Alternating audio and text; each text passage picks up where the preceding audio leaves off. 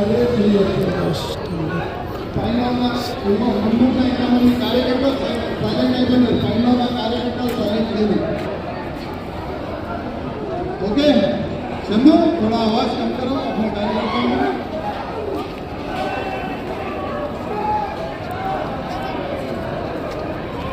ఇంత పెద్ద సంఖ్యలో వచ్చిన కట్టా మైసమ్మ టెంపుల్ ముందు ఉన్న మా కార్యకర్తలకి నా హృదయపూర్వకంగా ఫస్ట్కి ధన్యవాదాలు. ఎందుకంటే ఒక చిన్న మెసేజ్ కార్యకర్తలకి ఇచ్చినాము.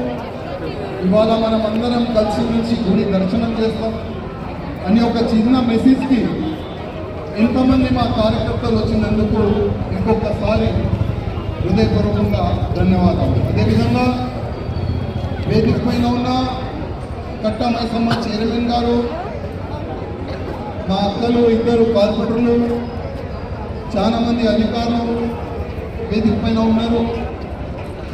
ఇవాళ మా పోలీసు వాళ్ళు అనుకుంటున్నారు ఇవాళ ఏదో మాట్లాడతారు, ఏదో చెప్తారని ఈ విధంగా మా పోలీసు వాళ్ళు అనుకుంటున్నారు. కానీ అట్లా ఏం లేదు. మేము నిజం మాట్లాడతాం. నిజం మాట్లాడే ఆ ధైర్యం మాకు ఉన్నది.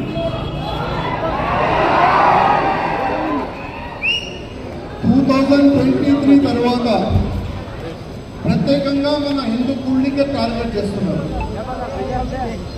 మనం ఓల్డ్ సిటీలో చూడొచ్చు, వేరే వేరే ఏరియాలో మనం చూడొచ్చు. ఇవాళ కట్టా మైసమ్మ టెంపుల్ కూడా మనం చూడొచ్చు. ఒక అల్తాఫ్ అని ఒక వ్యక్తి ఎక్కడి నుంచి వచ్చినైనా కర్ణాటక నుంచి, బీదర్, కర్ణాటక బీదర్, ఏం పీకనికి వచ్చినైనా ఏదో బతుకొనికి వచ్చిందైనా రండి, పని చేసుకోండి, బతకండి, ఫ్యామిలీని పోషించండి, వెళ్ళిపోండి.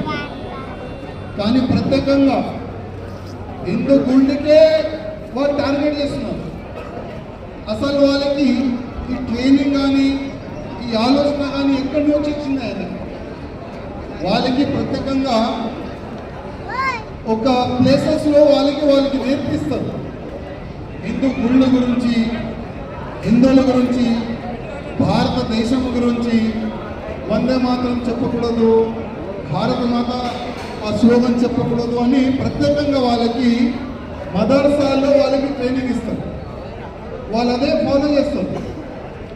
వాళ్ళు ఏంటంటే గుడి కనబడితే వాళ్ళకి ఒక మంట,